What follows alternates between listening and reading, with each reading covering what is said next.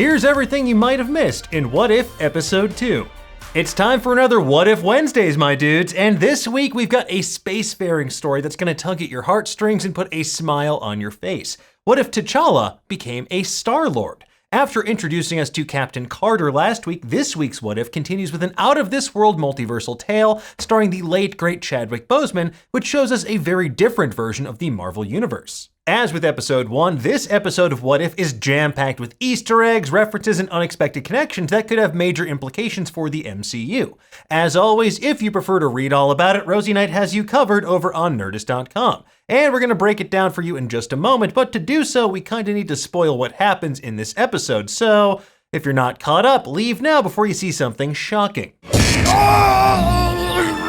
Okay, let's get into it, shall we? Now, this episode begins with a twist on the classic opening of Guardians of the Galaxy. Much like Peter Quill, we see T'Challa in his own Star-Lord getup liberating the orb that houses the Power Stone from a temple on Morag. But unlike Peter Quill, Korath, voiced by Jimon Hounsou, knows exactly who T'Challa is. Who? Oh, Star-Lord! This version of Star-Lord is renowned across the galaxy as a sort of interstellar Robin Leach. Right? Robin Leach. Robin Hood. Whatever. By the way, in case you're not exactly 100 years old, Robin Leach was the host of Lifestyles of the Rich and the Famous. Star-Lord T'Challa. I was like, is that his voice? Lifestyles of the Rich and the Famous. Now, this moment is a real testament to T'Challa's character because no matter where he goes, he makes the universe a better place. After some banter about how intense Korath's boss is, Guardians 1 villain Ronan the Accuser, and some light sparring, we see Yondu's trusty Yaka arrow dispatching the remaining guards. But rather than sell the orb for a profit, T'Challa prefers to use it to jumpstart the Krylorians' dying star to save their system from extinction. The Krylorians are a race of pink-skinned aliens that originated in Incredible Hulk 269. The most prominent Krylorian in this episode is Karina, one of the Collector's slaves that we first met in the original Guardians movie. Rather than Peter Quill's ship, the Milano, named for Alyssa, not the tasty cookie, T'Challa's ship is the Mandela, named for Nelson Mandela, the former president of South Africa who helped to end apartheid. And with his royal upbringing, it makes sense that T'Challa would idolize other noble statesmen like his father, T'Chaka. It's also fitting for an alternate reality story because of the Mandela effect. It's a phenomenon where people believe their distorted memories are in fact real. Case in point, some folks believed that Nelson Mandela died in prison in the 1980s rather than his actual death in 2013. Others recall a beloved children's book series being called the Berenstain Bears when it's actually the Berenstain Bears, but I digress.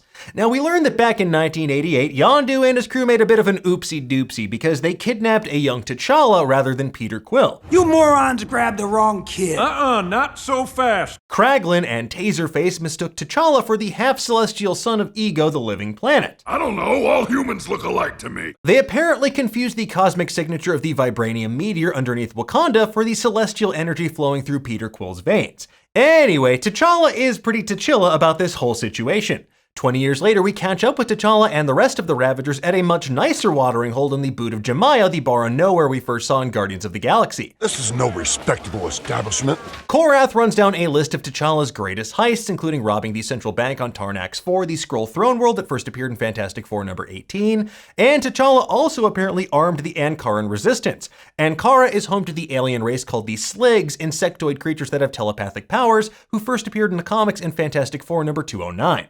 His biggest coup, though, was apparently turning Thanos from Mr. Genocide into Mr. On His Side, because T'Challa is apparently such a good diplomat, he was able to talk everybody's favorite CrossFit California raisin out of turning half the universe to dust using a bedazzled gauntlet. Sometimes the best weapon in your arsenal is just a good argument. Aye, aye, Commander.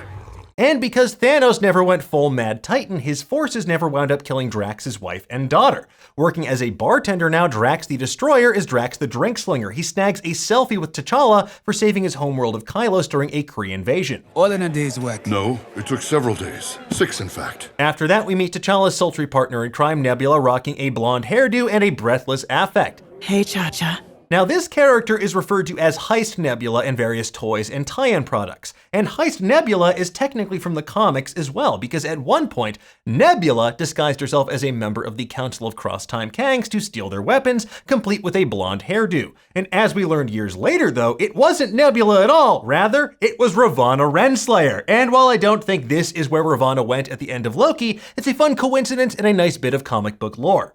Likewise, T'Challa's reference to Thanos being a gardener is straight out of the pages of Infinity Gauntlet number 6 and the movies as well. We saw Thanos LARPing Stardew Valley at the end of Infinity War until he got ahead of himself when Thor and the gang came to visit during Avengers Endgame.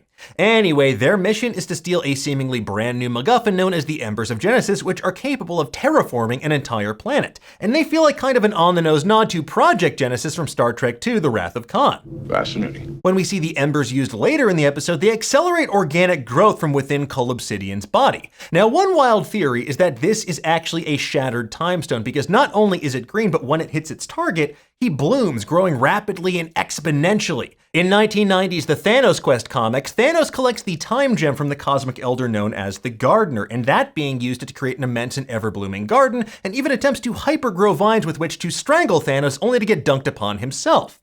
But moving on, the mission's target is none other than Taneleer Tavon himself, the Collector, and their goal, to exploit his famous kink. Oh. No, not that one. Oh. Not that one either. Asgardians. Definitely not that one. Why would you say that? We're in public. Anyway, his exotic flora and fauna collection is what I'm referring to. Why? What do you think I meant? Anyway, they fly off to Knowhere, the massive mining colony in the floating severed head of a celestial that first appeared in the comics in Nova number 8 and in the MCU in Guardians Volume 1.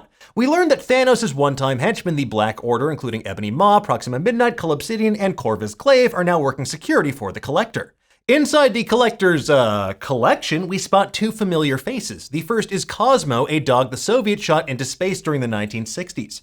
First appearing in Nova number 8 and later in Guardians 1, this Posmonaut was inspired by real-life versions like Laika the Space Dog. Cosmo not only survived this journey, but gained psionic powers after being exposed to cosmic rays and went on to become Knowhere's chief of security. So, eat your heart out, Air Bud. He's a space bud. Next up, we come to a Dark Elf that may or may not be Malekith, the villainous Dark Elf leader played by Christopher Eccleston in Thor: The Dark World, but it's definitely one that we spotted in Guardians Volume 1. After that, we come across a certain bird wetting his beak, Howard the Duck. Now, you may remember Howard from the post-credit scene of Guardians of the Galaxy, his ill-fated and extremely horny 1986 film, or from his very first appearance in 1973's Adventure into Fear number 19. What a title. Regardless, here this cocktail-swilling waterfowl voiced by Seth Green gives T'Challa some majorly Easter egg-filled directions. Howard mentions frost giants, aka Loki's brethren from Jotunheim, Cronins, Korg's people, the stone men from Saturn that debuted in Journey into Mystery number 83, and Elvish literature, which may or may not be an oblique reference to Shivasith, the dark elf language created by David J. Peterson for Thor: The Dark World.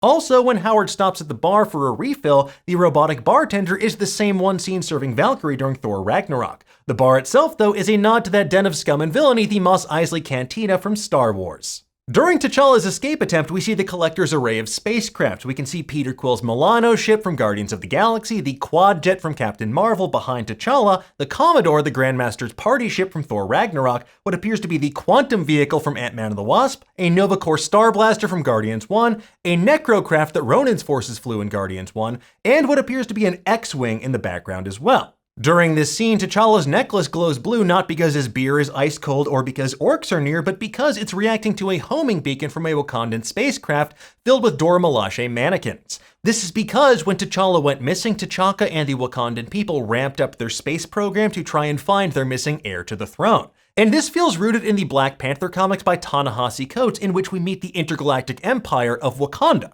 Now, we also have a theory about what that could mean for the MCU, especially in connection with Secret Invasion, but that is a story for another day, and for more on that, stay tuned to Nerdist.com in the days ahead. After being captured, T'Challa finds himself face-to-face with the Collector. Here it feels like we get an unexpected Superman reference when the Collector asks if T'Challa can fly and shoot lasers from his eyes. And look, those powers do exist in the Marvel Universe, but in this story, T'Challa's basically an adopted alien baby that becomes a prodigal son and makes the world a better place as a result, aka Superman. Later on, T'Challa finds himself squaring off with the Collector, who's using Korg's severed arm as a gauntlet. You don't need to be afraid unless you're made of scissors. The Collector also has a wide array of additional weapons at his disposal, including Captain America's shield, Thor's hammer Mjolnir, what appears to be Loki's horned helmet underneath it, Malekith's dagger forged in dark matter, and Hela's helmet and her powerful Necro sword, just to name a few. Oh, that woman had taste. During the Ravager's escape, Thanos makes a reference to his comic book moniker, the Mad Titan. Not crazy. Mad. This also feels like a nice twist on the "that's my secret cap, I'm always angry" moment that Bruce Banner has in Avengers. Except here, the only thing turning green is Cull Obsidian when Nebula turns him into Snack in the giant beanstalk. Back on Earth, we get a long overdue family reunion. Thanos pets Cosmo while explaining his cool genocide plan to Okoye, Korath exaggerates his friendship with T'Challa, and we get a callback to the hilarious jump point sequence from Guardians of the Galaxy Volume 2. And last but not least, the episode ends with another family reunion, Peter Quill working at a local Dairy Queen meeting his crazed celestial father, Ego the Living Planet. While we may be used to Marvel heroes working at ice cream parlors like Scott Lang at Baskin-Robbins, this too is actually a callback to the Dairy Queen and Guardians of the Galaxy Volume 2, where Ego took Peter's mom Meredith and where he apparently buried a piece of his essence. And no, that's not a euphemism. You're gross. As the Watcher says, this might cause the end of the universe, but that is a story for another day, and maybe even another season of What If.